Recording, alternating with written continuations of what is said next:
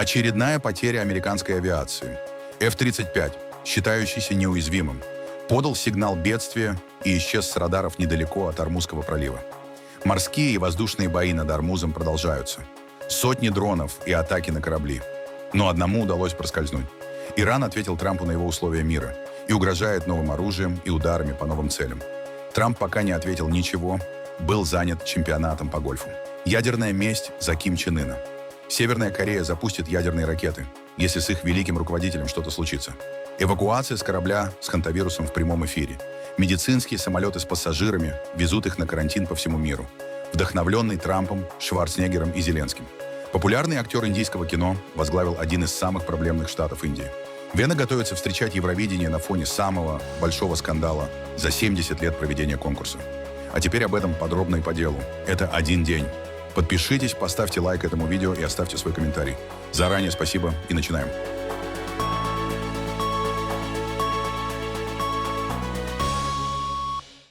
Пропал с радаров американский истребитель пятого поколения F-35 Lightning II. По данным сервиса Flight Radar 24, самолет ВВС США находился в районе Аравийского полуострова и перед исчезновением передал аварийный код 70700. Этот международный сигнал используется при чрезвычайной ситуации на борту. От технической неисправности до проблем со связью или состоянием пилота. После передачи сигнала данные о маршруте и местоположении самолета исчезли из открытых систем отслеживания. Официальных комментариев от Пентагона пока нет. Американские истребители F-35 в последние месяцы активно действуют над Персидским и Оманским заливами на фоне конфликта вокруг Ирана и операций США в районе Ормузского пролива. Западные СМИ отмечают, что Вашингтон значительно усилил авиационную группировку на Ближнем Востоке, перебросив дополнительные F-35, самолеты-заправщики и системы ПВО. Сам F-35 считается одним из самых дорогих и технологически сложных боевых самолетов в мире. Его используют для разведки, ударных операций и скрытного проникновения в зоны с мощной системой противовоздушной обороны. Ситуация вокруг Ормузского пролива остается крайне напряженной. В воскресенье власти Кувейта сообщили об обнаружении враждебных беспилотников в воздушном пространстве страны. Министерство обороны заявило, что дроны были перехвачены в соответствии с установленными процедурами. На этом фоне впервые с начала войны через Ормузский пролив прошел катарский газовоз Аль-Харейтиат. Судно направляется из катарского порта Раслафан в пакистанский порт Касим. По данным сервисов отслеживания судов, танкер около 14 часов скрывал сигнал транспондера во время прохождения пролива и использовал северный маршрут рядом с иранским островом Кешем. Путь, который, как сообщают западные СМИ, был согласован с Тегераном. Аналитики называют этот рейс важным политическим сигналом. Катар и Пакистан сейчас участвуют в посреднических контактах между Ираном и США, а проход газовоза рассматривается как попытка частично восстановить судоходство в регионе. До начала войны через Ормуз проходила около пятой части мировых поставок нефти и значительная доля мирового рынка сжиженного газа. Катар обеспечивал почти 20% мирового экспорта СПГ. Одновременно в Персидском заливе произошел новый инцидент с гражданским судном. Британский центр УКМТО сообщил, что сухогруз северо-восточнее Дохи был поражен неизвестным объектом. На борту вспыхнул пожар, который удалось быстро потушить. Пострадавших нет. Позже власти Катара подтвердили, что коммерческое судно, следовавшее из Абу-Даби, подверглось атаке беспилотника у побережья страны. Судно продолжило движение в порт Месаид. На фоне угроз судоходству Великобритания объявила о переброске эсминца HMS Dragon на Ближний Восток. Франция ранее направила в регион авианосную ударную группу. Лондон и Париж готовят возможную международную миссию по защите судоходства в Ормузском проливе после завершения активной фазы конфликта. Катар активизирует посреднические усилия вокруг конфликта между США и Ираном. Премьер-министр и глава МИД Катара Мохаммед бин Абдул-Рахман Аль-Тани на встрече с госсекретарем США Марко Рубио заявил, что причины кризиса в Персидском заливе необходимо устранять через диалог и мирные средства. Переговоры прошли в Майами при участии спецпосланника США Стива Уиткофа. Как сообщили в Дохе, стороны обсуждали посредническую роль Пакистана и возможные пути деэскалации конфликта. Катар подчеркивает, все участники должны ответить на дипломатические инициативы, чтобы открыть путь к всеобъемлющему соглашению и долгосрочной стабильности на Ближнем Востоке. В Госдепартаменте США заявили, что Вашингтон высоко ценит партнерство с Катаром. Также обсуждались вопросы обороны, безопасности судоходства и координации действий в регионе. Иран передал США официальный ответ на последнее американское предложение по прекращению войны. Как сообщает государственное агентство ИРНА, документ был направлен через посредничество Пакистана. Подробности иранского ответа Тегеран не раскрывает. В ИРНА заявили лишь, что нынешний этап переговоров должен быть сосредоточен на прекращении войны в регионе. Пакистан в последние недели стал ключевым посредником между Вашингтоном и Тегераном на фоне попыток сохранить хрупкое перемирие и снизить напряженность вокруг Ормузского пролива. В ожидании ответа от Ирана президент США Дональд Трамп посетил турнир Live Golf в своем гольф-клубе под Вашингтоном. Это уже второй турнир за 2 недели, который президент США проводит на принадлежащих ему площадках.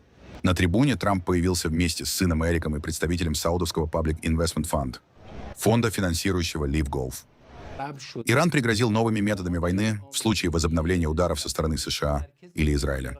Представитель иранских вооруженных сил, бригадный генерал Мохаммад Акраминья, заявил, что противников Тегерана ждут сюрпризы, новые виды оружия, тактики и неожиданные театры военных действий. И сегодня мы также предупреждаем врага, если он снова прибегнет к агрессии и вновь окажется поражен ошибочным просчетом, так же, как это было раньше, и за что сейчас он фактически расплачивается и несет последствия прежних ошибок, если враг снова допустит просчет и прибегнет к агрессии против нашей страны, он, безусловно, столкнется с другими неожиданными вариантами. Эти варианты, помимо решимости и воли наших коллег и товарищей в вооруженных силах, будут включать более современное вооружение, обновленные и новые методы ведения войны, а возможно, что важнее всего, новые театры военных действий. То есть война перейдет в такую сферу, которую враг не предвидел.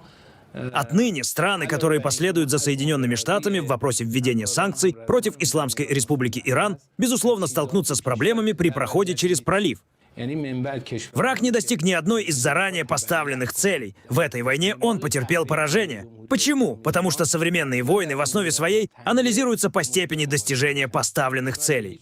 Какая сторона в войне победила, а какая потерпела поражение, хотя сейчас во многих местах это также анализируется относительно, и, возможно, нельзя говорить абсолютно, но независимо от того, рассматривать это абсолютно или относительно. Если мы проанализируем ситуацию, то увидим. Поскольку враг не достиг ни одной из своих заранее поставленных целей, он столкнулся с решительным поражением и неудачей. А тем временем мод штаба Хаминеи, так ни разу и не появившийся на публике после избрания верховным лидером Ирана, якобы дал ценные указания командирам иранской армии. Генерал-майор Абдаллахи заявил в этом сообщении, что подразделения исламских бойцов с точки зрения боевого духа, оборонительной и наступательной готовности, стратегических планов, а также оснащения и вооружений, необходимых для противодействия враждебным действиям американских и сионистских врагов, находятся на высоком уровне готовности. И в случае любой стратегической ошибки, агрессии или нападения с их стороны, они ответят быстро, жестко и с большой силой. Генерал-майор Абдаллахи от имени подразделений исламских бойцов и вооруженных сил заверил верховного главнокомандующего, что при полном подчинении приказам его превосходительства они будут защищать идеалы исламской революции, нашу любимую землю Иран, суверенитет и национальные интересы, а также гордый и мужественный народ Ирана, до последней капли крови и до последнего вздоха, и заставят коварных, злобных и агрессивных врагов пожалеть о своих злых и агрессивных намерениях. Северная Корея, по данным южнокорейской разведки, изменила свою ядерную доктрину. Как сообщает агентство Йонгап, в Конституцию КНДР внесены положения, предусматривающие автоматический ядерный удар в случае гибели Ким Чен Ына или уничтожения системы военного управления страны. Фактически речь идет о механизме, при котором запуск ядерного оружия может произойти без дополнительного приказа руководства.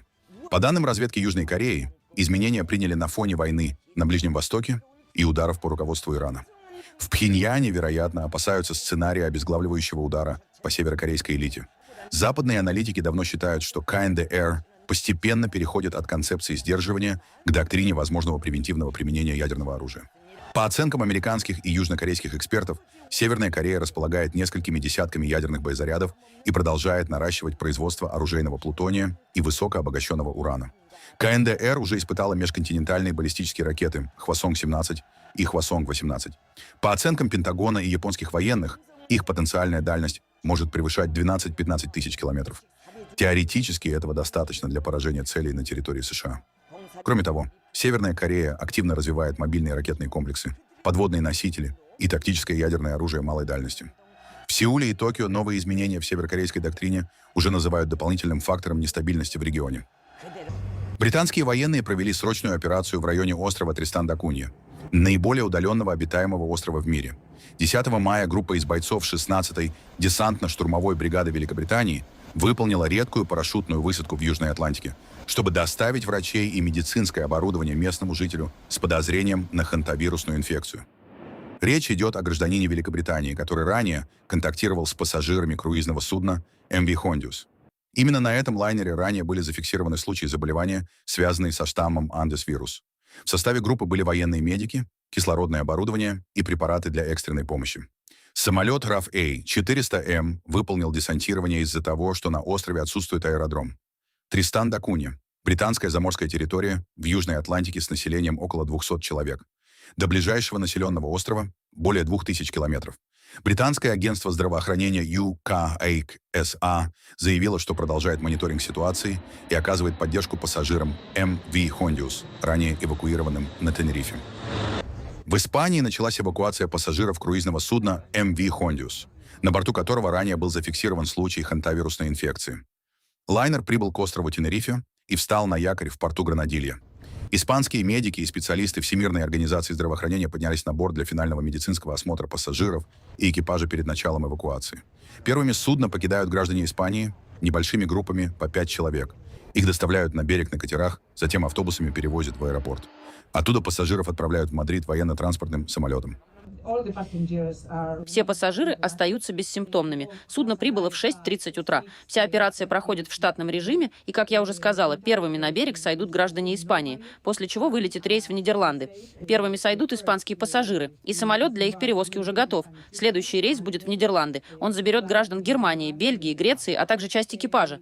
Затем последуют другие рейсы, запланированные на сегодня. Нам не сообщали ни о каких проблемах. Канада, Турция, Франция, Великобритания, Ирландия и Соединенные Штаты будут забирать своих граждан по мере вылета соответствующих рейсов.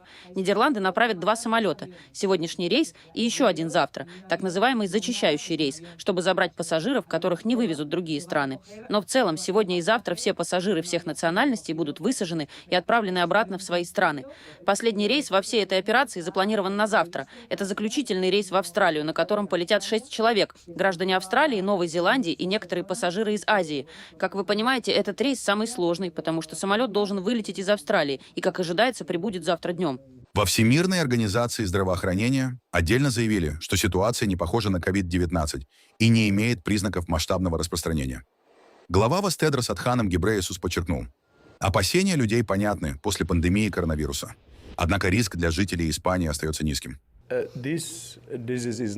Это болезнь, не ковид, и ВОЗ уже много раз говорила об этом. И когда мы это говорим, мы не относимся к этому легкомысленно. И еще один момент, о котором я хотел бы сказать, и который я также упомянул в своем обращении к жителям Тенерифе. Риск для населения, для местных жителей, низкий. Во-первых, из-за самой природы этого заболевания.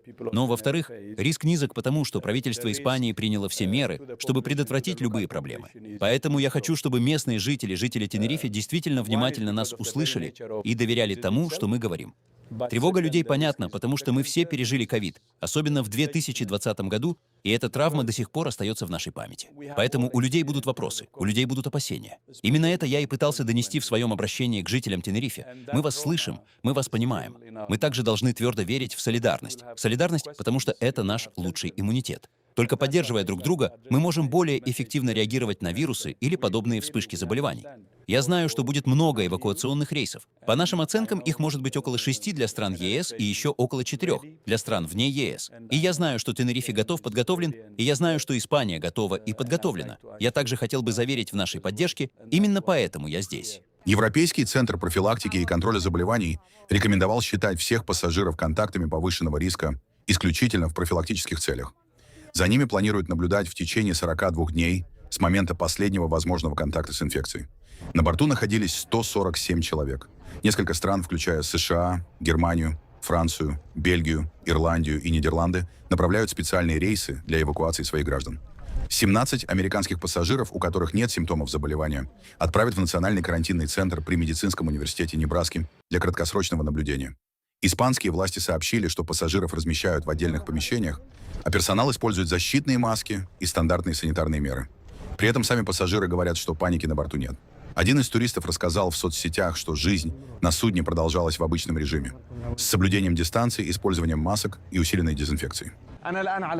Сейчас я нахожусь на зараженном судне, и позвольте мне рассказать правду о распространяющихся слухах. В последние дни мы покинули Кабо-Верде после того, как с судна были эвакуированы тело погибшего и заболевшие пассажиры, а к нам на борт поднялись новые врачи и специалисты. Сейчас мы направляемся к Канарским островам в Испании, откуда нас эвакуируют по нашим странам. Ситуация на судне очень спокойная, никакой паники или обязательной изоляции нет, и среди находящихся на борту нет никого с симптомами болезни. У нас ежедневное расписание, как на любом другом рейсе, но мы соблюдаем социальную дистанцию, дезинфицируем руки и носим маски внутри судна. Мой ежедневный распорядок начинается с утренней зарядки, затем мы завтракаем. В течение дня экипаж проводит различные развлекательные мероприятия при соблюдении всех мер безопасности. Нам подают 3 вкусных приема пищи в день. А лично я провожу большую часть дня, гуляя по судну. И так живет большинство людей. Гигиенические процедуры на судне очень строгие. Заболели только 7 человек из 149, несмотря на то, что мы провели вместе на судне 35 дней. Так что это не новая пандемия и не коронавирус. Судно вышло из района Кабо-Верде после того, как ВОЗ и Евросоюз попросили Испанию организовать эвакуацию. После завершения операции лайнер должен отправиться в Роттердам, где экипаж покинет судно, а само оно пройдет полную санитарную обработку. Случай вызвал обеспокоенность на Канарских островах. Часть местных властей и портовых работников критиковала решение принять судно, опасаясь недостатка информации о возможных рисках. При этом международные организации подчеркивают, речь идет о локальной медицинской ситуации под контролем специалистов, а не о признаках новой глобальной эпидемии. Папа Римский Лев XIV во время традиционного обращения в Ватикане отметил гостеприимство жителей Канарских островов, которые согласились принять лайнер у побережья Тенерифе и организовать эвакуацию пассажиров. Я хочу поблагодарить жителей Канарских островов за гостеприимство, которое позволило принять круизный лайнер «Хондиус» с пациентами, зараженными хантавирусом. Я рад возможности встретиться с вами в следующем месяце во время моего визита на острова. На юге Индии к власти пришел один из самых известных актеров страны. Джозеф Виджай официально вступил в должность главного министра штата Тамилнад после победы своей партии на региональных выборах. Церемония принесения присяги прошла в присутствии руководства партии, политических союзников и семьи политика. Во время выступления Виджай заявил, что для штата начинается новая эпоха светской политики и социальной справедливости. Его партия Тамилага Ветри Кажагам, победная партия Тамилакама, впервые участвовала в выборах такого уровня и сразу стала крупнейшей силой в парламенте штата, получив 108 мест из 234. Для формирования правительства Виджаю понадобилась поддержка союзников. Это новое начало.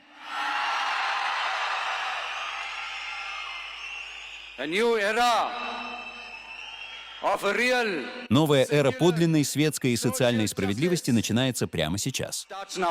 Выборы в Тамилнаде западные СМИ уже называют одним из крупнейших политических потрясений последних лет в Индии. Впервые за десятилетия власть в штате потеряли 2 традиционные региональные партии – ДМК и АИА-ДМК, которые доминировали в местной политике более полувека. 50-летний Виджай – один из самых популярных актеров индийского кино, особенно в индустрии тамильских фильмов. Его картины регулярно собирали сотни миллионов долларов в прокате, а фан-клубы актера годами фактически выполняли функции политической сети. Вы, мои сторонники, помогли мне занять огромное место в мире кино. Оставив все это позади, ваш Виджай пришел в политику из благодарности ко всем вам. Вы все говорили: «Приходи, Виджай, мы все ждем тебя. Приходи, мой младший брат, друг, пожалуйста, приходи, мы все с тобой». Вот так тепло вы все меня приняли и приветствовали.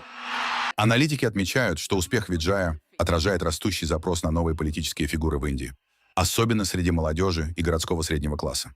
При этом новому правительству предстоит решать серьезные проблемы. От безработицы и дефицита воды до решения проблем с федеральными властями в Нью-Дели. На следующей неделе в Вене пройдет юбилейный 70-й конкурс песни Евровидения, крупнейшего музыкального события в мире европейской музыки. Ожидается, что аудитория финального концерта в субботу соберет у экранов более полумиллиарда зрителей одновременно. Это можно сравнить только с церемонией открытия Олимпиады. Однако конкурс уже оказался в центре крупнейшего политического кризиса за всю 70-летнюю историю шоу. Сразу 5 стран – Исландия, Ирландия, Нидерланды, Словения и Испания – отказались от участия из-за присутствия Израиля.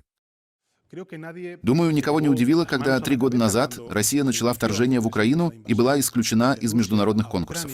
Например, мы недавно видели это на Евровидении, и поэтому Израилю тоже не следует поступать так же. Причиной бойкота организаторы и вещатели называют войну в Газе, начавшуюся после атаки Хамас на Израиль в октябре 2023 года, а также продолжающуюся блокаду сектора. Конкурс, который был задуман как метод объединения представителей разных стран и культур, в этом году стал ареной открытого международного конфликта. Более 1000 артистов подписали письмо компании No Music for Genocide с требованием отстранить Израиль. Среди подписантов Брайан Ино, Роджер Уотерс, Питер Гэбриэл, Massive Attack и Маклемор. К протесту присоединились и бывшие победители конкурса. Швейцарский артист Немо, выигравший Евровидение в 2024 году, в конце прошлого года вернул свой трофей Европейскому вещательному союзу в знак протеста. Я выиграл Евровидение и получил трофей. И хотя я безмерно благодарен сообществу, окружавшему этот конкурс, и всему, чему этот опыт научил меня как личность и как артиста, сегодня я больше не чувствую, что этот трофей должен стоять на моей полке. Евровидение заявляет, что оно олицетворяет единство, инклюзивность и достоинство для всех. Эти ценности сделали этот конкурс значимым для меня. Но продолжающееся участие Израиля в том, что независимая международная комиссия ООН по расследованию признала геноцидом, демонстрирует явный конфликт между этими идеалами и решениями, принятыми Европейским вещательным союзом. Но параллельно идет и обратная кампания. Более 1000 представителей музыкальной индустрии и шоу-бизнеса выступили в поддержку участия Израиля. Организация Creative Community for Peace заявила о попытках изоляции израильских артистов. Письмо подписали Джин Симмонс, Бой Джордж и Шерон Осборн. Мы посчитали своим долгом обеспечить, чтобы индустрия развлечений высказалась убедительно. Поэтому многие лидеры, такие как Лив Шрайбер, Хелен Миррен, Бой Джордж, Мила Кунис, Дебора Мессинг и Эми Шумер, подписали это письмо, а также многие ведущие руководители индустрии развлечений отвергли призыв к бойкоту. Таким образом, люди поймут, что Израиль не должен быть отстранен от этих международных мероприятий, которые на самом деле призваны объединять людей. Лично меня очень огорчает, что на конкурс в целом оказывает такое сильное политическое влияние. Я это принимаю. Это неизбежно, и это признак популярности конкурса, что на него влияет политика. Больше всего меня огорчает то, что это настраивает людей друг против друга. Это заставляет людей спорить, хотя весь конкурс направлен на объединение людей. И поэтому это вызывает раскол, что, на мой взгляд, очень и очень печально. Дополнительное напряжение вызывает дата финала. Канун конкурса совпадает с Днем Накбы, Днем памяти арабского населения сектора Газа, о событиях 1948 года после создания государства Израиль. В Вене ожидаются массовые пропалестинские акции. Австрийская полиция уже объявила усиленные меры безопасности. По словам представителя федеральной полиции Пауля Айденбергера, уровень угроз остается максимальным с октября 2023 года. Организаторы ожидают в Вене сотни тысяч туристов, которые приедут на несколько дней именно ради Евровидения. Город фактически превращают в фестивальную площадку с фан-зонами, трансляциями, тематическими кафе и мероприятиями по всему центру австрийской столицы. Ну, смотрите, это фантастическое место для празднования нашего 70-летия. Это глобальный город музыки, глобальный город искусства. Интересно, что 10 лет назад мы отмечали здесь наше 60-летие, так что в пребывании в Вене есть что-то поэтическое. И ОРФ, местная телекомпания, город Вена и власти проделали потрясающую работу по организации этого выдающегося события. Что ж, много сюрпризов, много празднований 70-летия этого необыкновенного события и того, как мир изменился и продолжает меняться вокруг него. Очевидно, некоторые из этих сюрпризов — это сюрпризы самого шоу, но я думаю, что в последние годы мы также наблюдаем полный захват города. К нам приезжает гораздо больше людей, чем покупает билетов. Они найдут бесплатный городок, чтобы посмотреть шоу. Они найдут кафе почти для каждой делегации. Они найдут прогулки на лодках. Они найдут выставки, так что это настоящее общегородское празднование этого необыкновенного события. Крупнейшее в мире музыкальное шоу и любое глобальное событие, подобное нашему, будь то искусство или спорт, неизбежно будет иногда сталкиваться с мировыми проблемами.